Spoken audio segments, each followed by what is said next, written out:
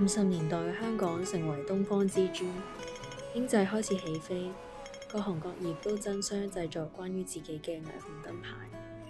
佢哋獨有嘅活力同埋明亮，象徵住當時嘅消費主義，亦成為咗香港標誌性嘅特色。但係科技發展同埋各種道路規格，令到霓虹燈漸漸被取代。呢次嘅展覽同工作坊會以光繪去展示霓虹燈嘅美學同設計。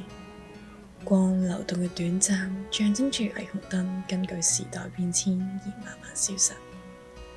我哋用相片記錄呢一刻，希望大家可以留意同珍惜香港僅存嘅霓虹燈招牌。